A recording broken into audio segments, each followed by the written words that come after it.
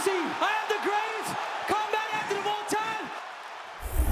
What's up, everybody? Welcome to this episode of Tell It Tape. I'm your host, Henry Cejudo, aka Triple C. And on today's episode, I am breaking down Jose Aldo versus Mario Bautista. Again, guys, a lot of people don't know this, but it's Jose Aldo's last fight on his contract. What will he do? I know he wants to continue to keep fighting. I know he wants to, potentially go for that title. But will he choose the glory?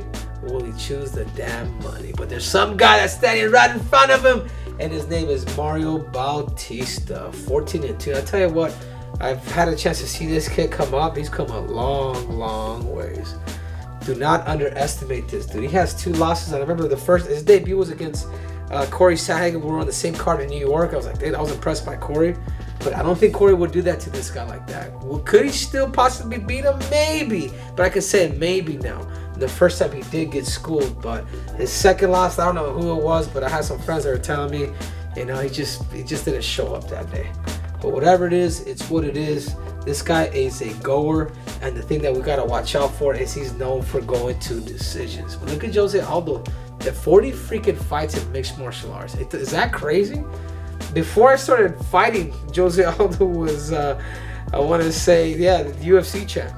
Before I started my mixed martial arts career, and he's still in the game.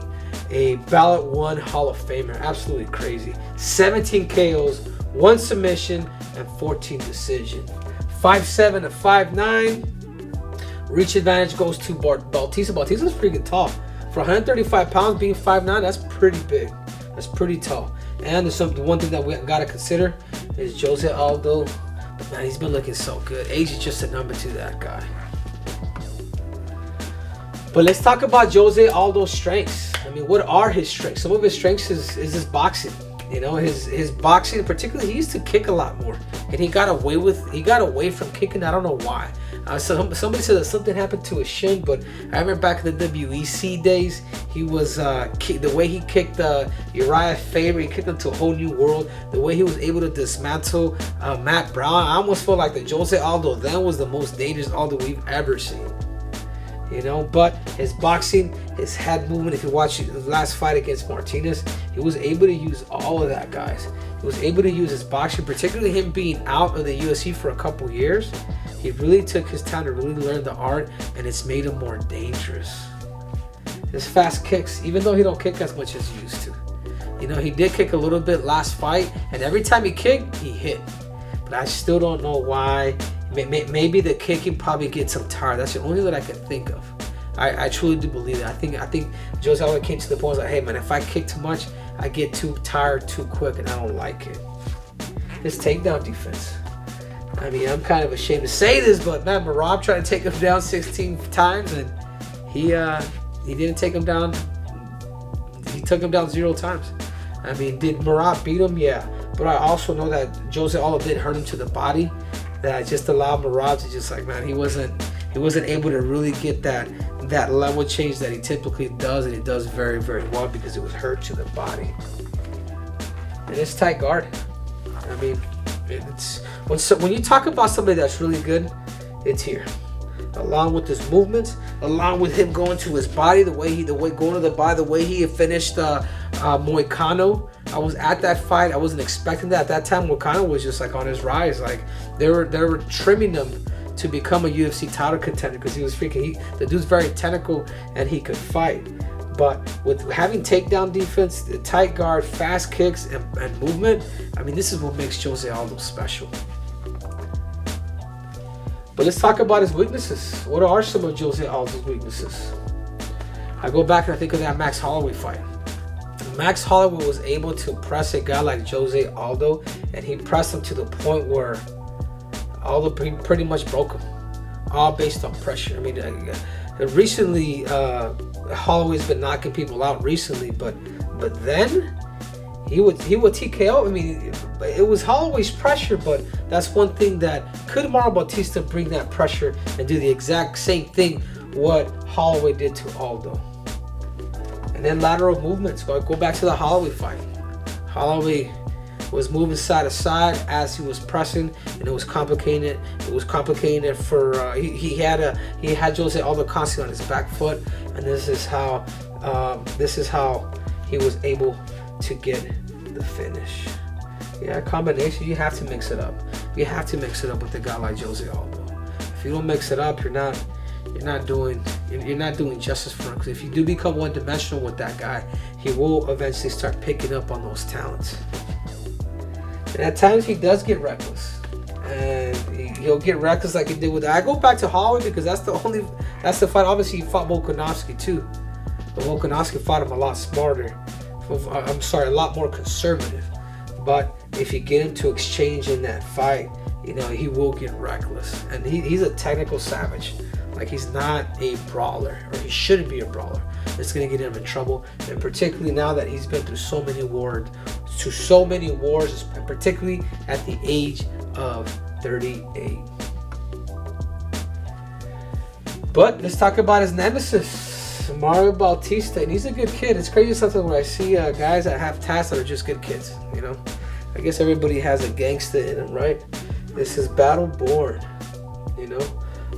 It's constant pressure. He's a goer, man. This kid is a freaking goer. He's fought some of my friends here in Arizona, local show. He beat one of my friends, a good friend.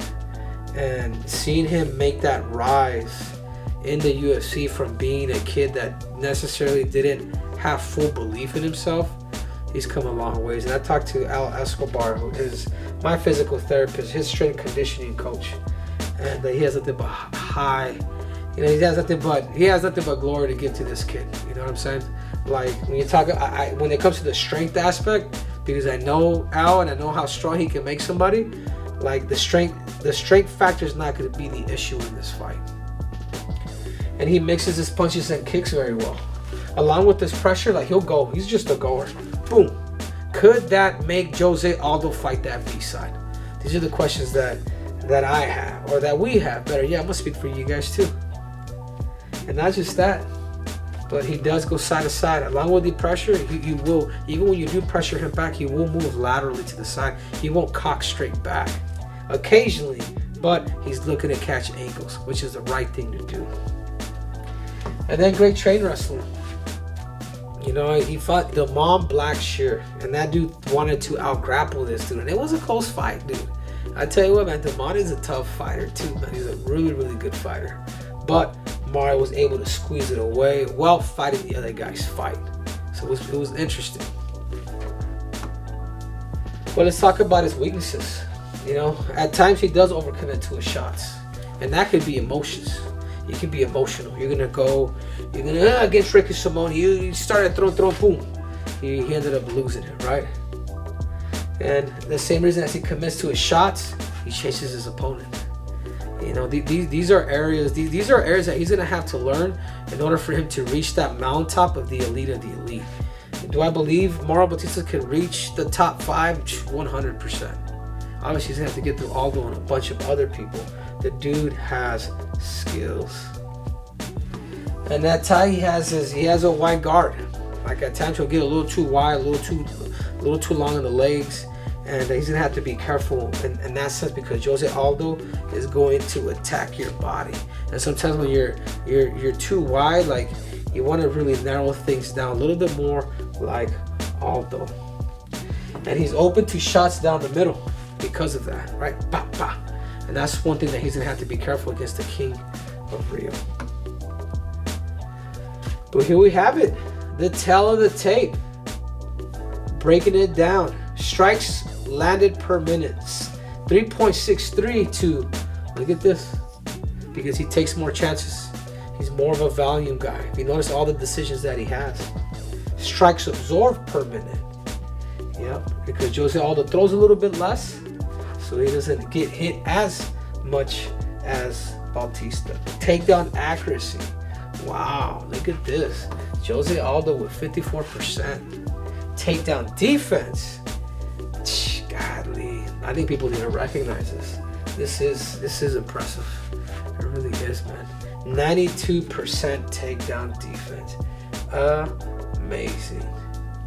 To Mario Bautista, 67%. submission average. This advantage goes to Mario. But I don't think the fight's even gonna get to submissions or anything like that. You know, there's two ways that I see something doing it. Maybe Bautista uses the pressure, the movements to be able to get the decision like he has in the majority of his fight. Or could Jose Aldo really hurt him and kick him to the legs and maybe bully him? You know, but either way, with Mario Bautista not having that wrestling, and like I said, man, I go back to Marab taking him down 16 to 60, attempted 60 times, got 0. Does Mario have that type of grappling? He does. He is different. He is conventional. He's not a D1 wrestler. He doesn't necessarily come from that background, but it's different. Even though Marab couldn't take him down, Peter Yan took down Aldo.